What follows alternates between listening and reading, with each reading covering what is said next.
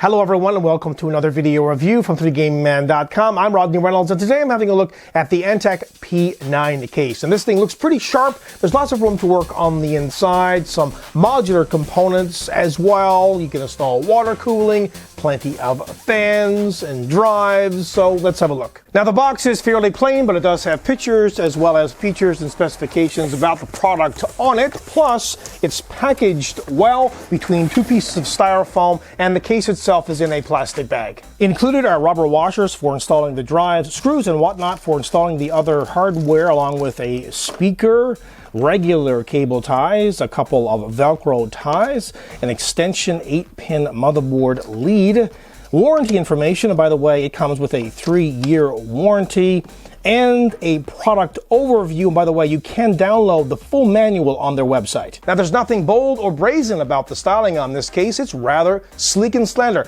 I quite like it. It's mainly comprised of steel and plastic and measures in at 210 by 465 by 470 millimeters and weighs 9.1 kilograms. Okay, so let's fly around this case. First, I'll start with the left side panel. And obviously, this is the windowed version. That's wonderful. You can see all the computer goodness on the inside. But if you want to, you can get a non-windowed version. And that one has acoustic dampening material on the left side panel. And by the way, there is sound dampening throughout the case. At the top, there's lots of mesh for great ventilation. And this panel comes off by pressing here at the front, and it just lifts up like so. There are other panels right here, 3 of them, 2 small ones at the front and 1 large one at the back, and this gives you access for installing fans or a radiator. Now you can fit up to 3 120 millimeter or up to 2 140 millimeter fans or up to a 280 millimeter radiator. These 3 top panels have acoustic dampening material on them. Oh, and by the way, this entire top panel can be removed. First though, take off the front panel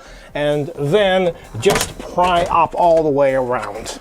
Also at the top, you can control the speed of the fans as well. There are 4 USB ports. 2 of them are USB 3 and 2 are USB 2. Plus, here are the audio jacks. Note how all of these have rubber inserts. That's good. Keeps the dust out. Here's the power button and the reset button and status LEDs on either side. At the front top is their logo. They include 3 5¼ drive bays, and on the left are 2 removable dust filters, and these just simply slide out like so. Clean them and put them back. Now the front panel can be taken off quite easily by pulling at the bottom, and note that they do include 2 120 millimeter intake fans. And by the way, there's a section right here which can be removed if you push from the inside. Now, while the left side panel has a window, the right side panel is plain. At the back of the case, at the very top, are 4 punch-outs for routing water cooling tubes through if need be. They include a 120 millimeter fan. Here is where the motherboard's I/O shield plate would get installed. They include 8 ventilated expansion slots, extra ventilation, and at the bottom is where you would install a standard ATX power supply, and they do include rubber rests for the power supply to lodge on, along with a removable dust filter, and as well 4 screws, 2 on each side panel. Oh, and I almost forgot, you can secure this left side panel using an optional lock. Now you can install a mini ITX, micro ATX, or standard ATX form factor motherboard, and as you can see, there is a large hole on the motherboard tray for the cooler's retention plate, and there are plenty of holes to route the cables behind the motherboard tray, and thankfully there's ample space back here. You know, get the cables out of the main part of the case. It looks good.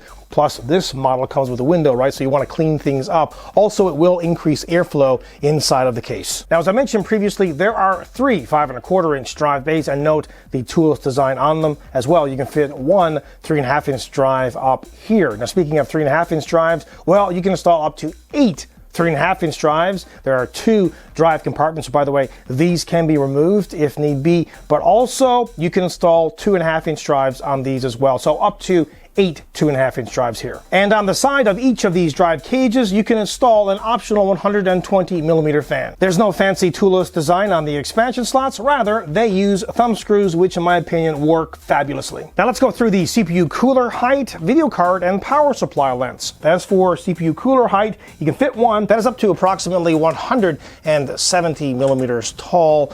And as for a power supply and video card, well, you can fit one that are up to 430 millimeters in length, but it will vary dramatically. Let's just say that you have this drive cage installed and a fan installed.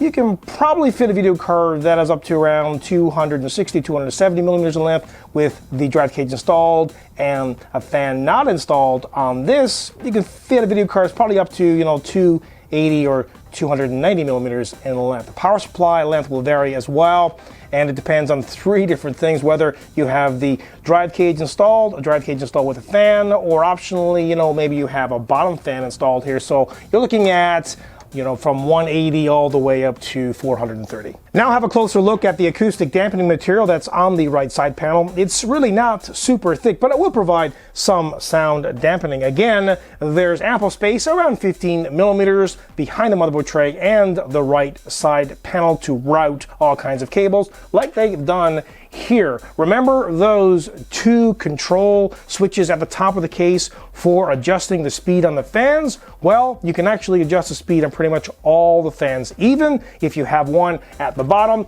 and a couple at the top. Of course, the ones that they have installed already, the 2 at the front and the 1 at the back of the case, you can control already with that at the top. Very, very convenient. Plus here, you can install up to 2 more 2.5-inch drives. At the bottom, they include 4 rubber feet, and these are tall. That's good because it will allow the bottom fans to do their job and intake cool air. Now you can install an optional 120 millimeter fan down here. And by the way, they do include a removable dust filter for it. However, you can only remove this from the left side of the case. Now this isn't a revolutionary case. The overall styling is rather simple and the build quality is decent, but it's loaded with excellent features. You can do a lot with this case, like for example, install more fans. Remember, it comes already with 3. And by the way, you can control the speed of those fans. A lot of cases do not give you that option.